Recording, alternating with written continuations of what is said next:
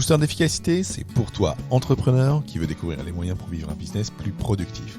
Dans chaque épisode, moi, Fabien Muselet, je traiterai d'un sujet seul ou accompagné de personnalités inspirantes pour explorer avec toi les stratégies et les outils pour améliorer ton temps et ta rentabilité.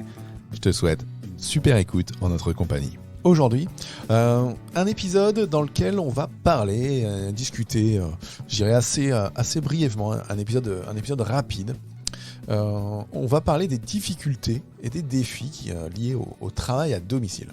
Et on verra surtout aussi quelques moyens pour les surmonter, ce qui te permettra d'augmenter productivité et efficacité.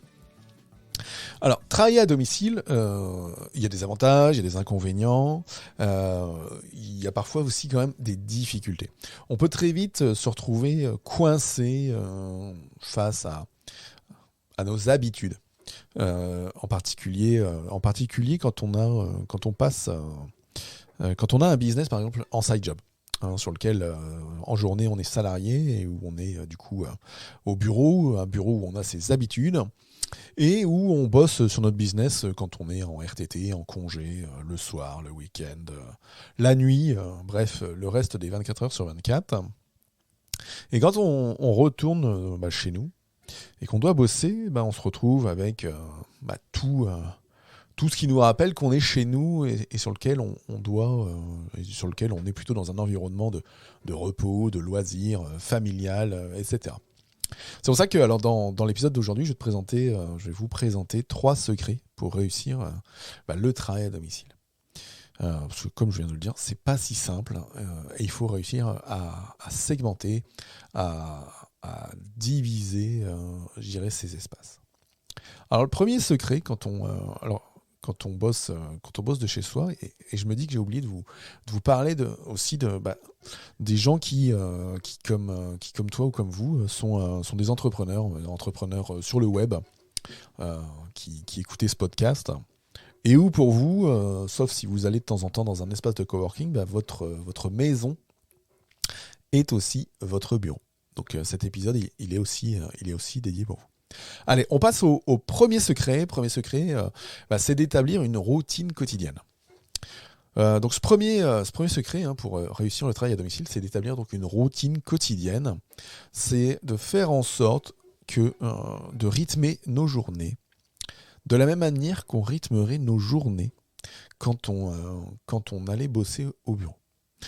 Ça, c'est quoi ? C'est déjà se fixer des heures de début et de fin de travail fixes. Donc de se fixer des heures de début et de fin de travail fixes. Ensuite, c'est de se prendre des pauses régulières et aussi, je dirais, et surtout de respecter les horaires de sommeil. Alors, le fait de fixer des heures de début, de début et de fin de travail, c'est important. Parce que ça cloisonne et ça permet au cerveau de se dire ok, de 9 à 16 je bosse et pas après. De 9 à 16 je bosse, ou alors si tu es en side job de 20h à 22h je bosse et pas après, pas avant. Ça permet à ce cerveau de se focaliser et de se mettre en mode ok, ce sera à tel moment, telle heure et pas autrement. Donc le deuxième petite astuce, donc des pauses régulières, parce que hormis si tu es en situation de flow, de focus important, et auquel cas tu enquilles des heures et des heures de travail, le cerveau, par rapport au cycle ultradien, au cycle circadien, a besoin de prendre des pauses régulières. Globalement, il faut toutes les 1h30, je dirais, allez, 20 à 30 minutes de pause pour pouvoir aider le cerveau à diminuer la pression et à mieux repartir après.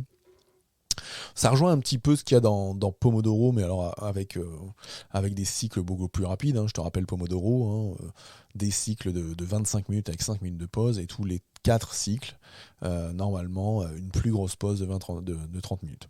Alors c'est pour ça que moi, par exemple, je préconise à mes clients de faire 3 cycles, parce que ça fait 1h30. Et ça se rejoint avec les cycles circadiens dont je te parlais juste avant. Ensuite, les horaires de sommeil. Tel que je te le disais dans cette routine quotidienne, parce qu'on a facilement tendance alors soit à se lever plus tard, soit à se coucher plus tard, soit à se lever beaucoup plus tôt pour bosser sur son business. Mais globalement c'est pareil, si tu n'as pas Si tu n'as pas des horaires assez fixes, ou en tout cas une durée de sommeil régulière, tu vas perdre en énergie.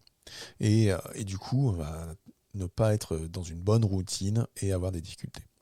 Voilà, donc dans ce secret 1, s'établir une routine quotidienne, c'est important parce que ça t'aidera à maintenir une structure dans ta journée et à te sentir beaucoup plus organisé et concentré.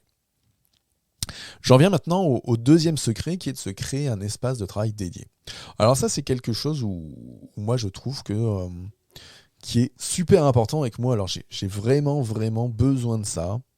Euh, Tu peux pas, en tout cas, alors ça rejoint ce que j'ai dit tout à l'heure sur les horaires, euh, ton cerveau, hein, donc toi, tu auras du mal à passer,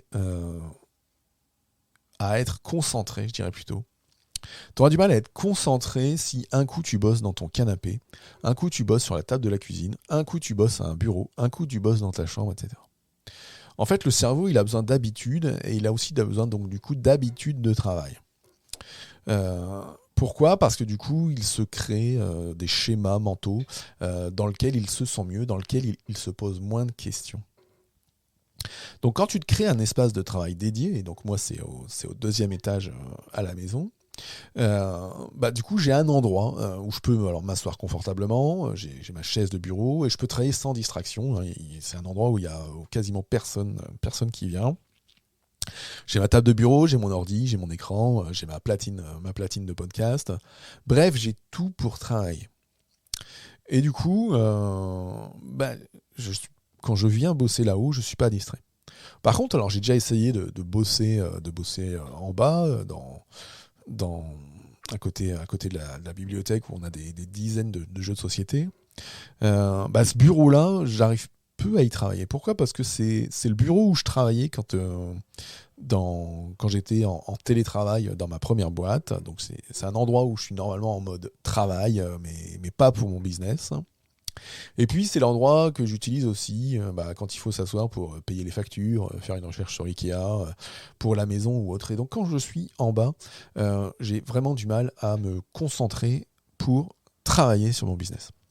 Donc du coup, c'est ça, hein, ce deuxième secret, c'est d'avoir un espace de travail vraiment dédié à toi, vraiment dédié à ton activité, à ton business. Alors ça peut être un bureau, hein, une pièce ou une table, hein, dans une pièce dédiée. Ça peut être un bureau dans un coin de ta pièce principale, mais qui est au bon endroit. En tout cas, ce qui est important aussi, c'est de le tenir propre et super bien rangé. Parce que ça va t'aider à te concentrer sur ton travail. Troisième secret, alors qui peut venir en complément, sur lequel tu auras peut-être perçu quelques éléments venant des autres, c'est de prendre soin de toi. Donc prenez soin de vous. Donc ce troisième secret pour réussir le travail à domicile, voilà, c'est ça, c'est prendre soin de soi. Alors ça signifie manger sainement, hein, parce que quand on est à la maison, et qu'il y a les placards de chips, les placards de chocolat, les placards de gâteaux, on peut très vite se laisser tenter quand on a un petit creux. Donc ça, c'est manger sainement, c'est important. Après, c'est pareil, manger sainement, entre prendre un repas en famille le soir, ou avec son compagnon, sa compagne, ou prendre un repas au réfectoire avec les collègues, dans lequel on prend le temps, c'est important. Tandis que quand on est tout seul et qu'en plus on est chez soi, qu'est-ce qu'on va faire ? On va se lever, on va les grignoter, on va se faire réchauffer un truc vite fait, qu'on va avaler au lance-pierre, et du coup, on mange pas sainement, et on met pas la digestion dans le bon... je dirais dans la bonne mesure en mangeant très vite. Voilà, donc ça c'est un premier point, hein, sur lequel toutes les distractions à la maison sont là. Ensuite, quand on est à la maison, il n'y a rien qui nous empêche de faire un peu d'exercice régulièrement, hein. Je parlais tout à l'heure des cycles Pomodoro, hein, de ces 5 minutes de pause, ou de ces cycles ultradiens avec 1h30 de boulot et 30 minutes de pause. Il n'y a rien qui empêche de faire un tout petit peu d'exercice régulièrement, de prendre du coup ces pauses pour se détendre et se recentrer. C'est ce qui vraiment aidera à maintenir un bon équilibre mental et physique, hein. Et ça, c'est essentiel pour être productif et efficace au travail. Quand tu t'avales ton sandwich, hein, ou ton plat préparé, ou je sais quoi, très vite, derrière, l'équilibre il est pas là, et puis après tu le ressens, t'es pas en forme. Quand tu fais, je sais pas, je veux dire, allez, 5 minutes d'exercice au milieu de ta journée, ou d'aller marcher 10 minutes le midi, parce que c'est quand même plus simple, tu ouvres la porte de chez toi et tu sors, que tu habites en immeuble, que tu habites en maison, que tu habites à Paris, ou que tu habites en campagne, ça tu peux le faire.